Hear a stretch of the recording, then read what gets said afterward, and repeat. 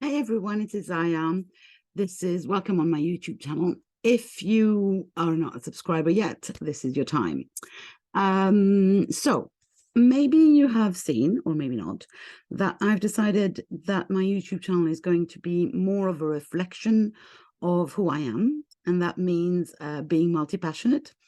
I am also now going to add some art tutorials or crafts tutorials or arts and crafts discussions or conversations or videos in generally around art, mixed media, which is my passion, and things that of the sort. So if you're interested in this, well, welcome, you're in the right place. Now I will still have videos around tech, around spirituality, around the divine feminine, because I'm this person. I have all these interests.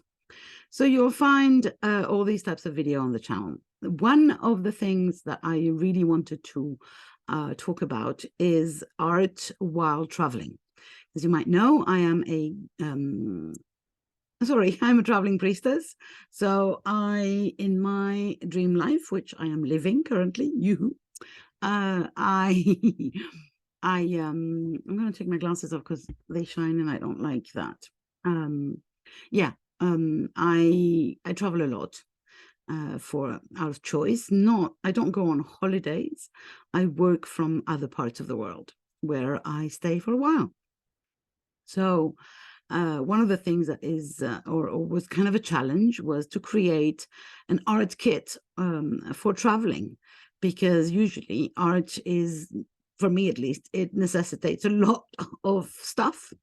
And so I found a way to create an art kit for traveling, and I'm going to present that to you. So without further ado, I'm going to go and change my camera so you won't see my face anymore, but you will see my art kit.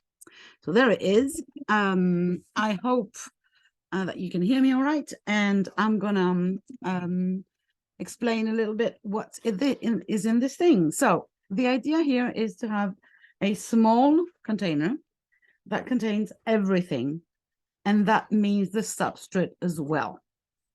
So I took this, I think it's a vanity case or something of the sort, not a case, but, pouch. Anyway, it's for toiletries.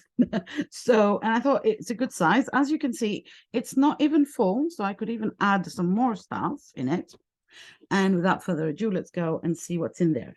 So I'm going to take everything out because it doesn't make any sense to show them in the order that they appear. It does make sense to show you what's at the bottom first. So here we go. So the first thing that is at the bottom is actually the substrates. All right. So I have cut some bits of paper, whether it's watercolor paper, which is this one, or my favorite paint-on paper, which comes in black also. So I have some of those, or some scrapbooking paper that I find is beautiful. Obviously, it depends where I go. This is the colors of the papers have been chosen for a Christmas strip that I did in Switzerland. So sometimes they're very different. And here's a more thick watercolor paper, and this is my beloved paint-on paper. So if you don't know the paint-on paper, it's by Claire Fontaine. So it's a French brand, but I think you can find it worldwide. And it's a multi-techniques paper, which means that you can actually paint on it, you can draw on it, it takes water, it's beautiful, and it takes glue very nicely, and it's smooth. It's not like watercolor paper. So these are my substrates. Now, it's not the only substrate. I also have a small little drawing book, let's call it this way, where I do for now my light language communications. So these are those. But, you could take anything that is big enough to fit in there. And so these are the substrates. So it means I'm not carrying an art journal or canvases or big stuff. It's just these little things. Then I have some paper because I'm a collage girl. So I have some collage elements. So yeah, it does take some time before going on a trip, to actually choose all the collage elements. And again, you know, I go into my magazines, into my stash, and I collect things. So here you have some very old vintage hotel. Oh, I don't think you can see them. Where if I stop moving? Oh, it's shining very much, is it? Well, it says Grand Hôtel Continental. So yeah, so whatever you want to put in there. So I use these plastic little pouches that can contain quite a lot, actually. And you see, I also have strips of the same scrapbooking paper that I use as substrates. So there I have a few cutouts, heart cutouts, that or flower cutouts that, and they're cut out from book paper. I love working with book paper. I am a former bookshop keeper, and book paper is my go-to thing. Just before you get annoyed at me for destroying books, these are books that were actually already destroyed beforehand. I have some contact with publishers, and the books that are going to be destroyed, or that the ones that have some flaw or something, they give them to me. So I don't destroy books that could be read.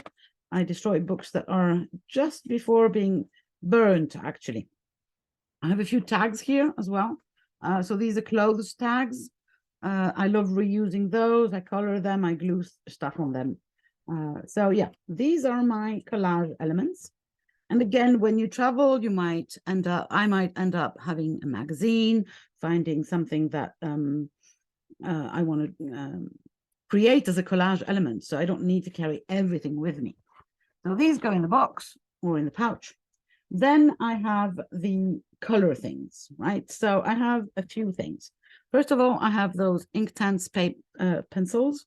So if you don't know Inktense, they are a brand by Derwent, and they are amazing. So these are those. I added a few that are not Inktense, and I'm going to discuss those. So Inktense pencils are like ink pencils. So you can draw with them. And if you add water, they literally pop to life, and they become very, very vibrant, way more vibrant than watercolor pencils, for instance. And also, once you wet them, they become waterproof. So they're not water soluble anymore. So they kind of seal the thing, and you don't have to worry about the next layer destroying whatever you've done. And that's why I love them. So again, the colors that I chose for this strip, as you see, go with the substrates that I chose. And then we have three pencils here, which are my best pencils ever, ever, ever. So these are by Stabilo, and they're called Stabilo All. They exist in various colors, as you can see. I have all of them. So you have black, white, red, green, blue, and yellow. So I decided to take only those three. The black one, as you can see, is a very used one. I have even more used ones. So this is the magic pencil. It will do all the shadowing. You can smudge them, amazing, with your fingers or with a paper towel. You can also write with them on pretty much anything: paper, glass, plastic, metal. They would do anything. And when you wet them, once again, they come to life.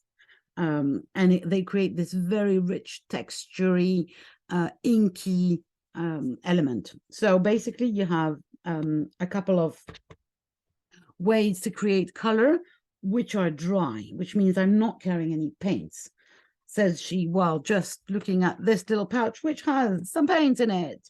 But, you know, let's not... So what happens is I have this container where I have the water. Yes, yes, yes. So these are my very, very basics. And amongst the basics are those brushes that contain a little water container. So I have two of those in there, which means I can wet my pencils. Easy does it, right? And I don't have to carry a container for water or anything. I usually carry them empty, and when I get to the place where I'm going, I can fill them up with water. So even if you're traveling with only a carry-on, you can have those, and you just need to remember to empty the water before you board the plane. So I'll go back to my basics in the pouch, but first I want to tell you a little more about color. So I also have a fine liner little box set. So if I want to write, journal on my pages, which I do a lot, I have all these, which are actually from the dollar shop, I guess. Lidl, somewhere cheap. I don't remember. And then I have this box of watercolor pens. So again, these are a brand called Marabou. They're German, but they do come from kind of a cheap shop. The idea is if you have Tombos, these are the same ones or similar ones. So they have two edges. They have, sorry, a brush edge like this and a fine liner like this. So this is a set with a few colors. You can see them here. Sorry, here. You can obviously buy them one by one if you buy Tombow markers and choose the ones that you want. These are watercolor, so they're good for filling up big spaces, but they will not resist water if I add another layer of wet stuff. So that sometimes can be tricky. Then I have my little pouch here, which also has another few tips and tricks of colors. So I do have, despite me saying otherwise, 3 little paints, so white, the green, and the crimson. Obviously, once again, these go with the stuff that I'm carrying for this particular trip in Switzerland that I did last December. Then, and you can ask me about brushes, but here I have my brushes, right? Another way to use paint is to have some kind of credit card or an old key card from a hotel. So this is very useful. It shines a lot. I'm going to turn it on the other side. And then I have a few ink pads. Well, 2. One black and one, I think this one's crimson red. And they go with this stamp, which is my magic stamp, magic alphabet stamp. So it's got letters and capitals and small letters and numbers. And as you can see, it's been used a lot because this is the one that travels with me. I might, according to different travels, carry other, stamps, because this is my best stamp set. Did I say tampons earlier? I might have, because in French, stamps is said tampon. So sorry, I did not mean anything related to menstrual, although, you know, sometimes it's my subject, but not this time. This is a stamp set, Isaiah. And so 2 ink pads to go with it. Sometimes, as I was saying, I will carry another stamp set that fits my travels or my projects. And then I have a little bottle of stickles.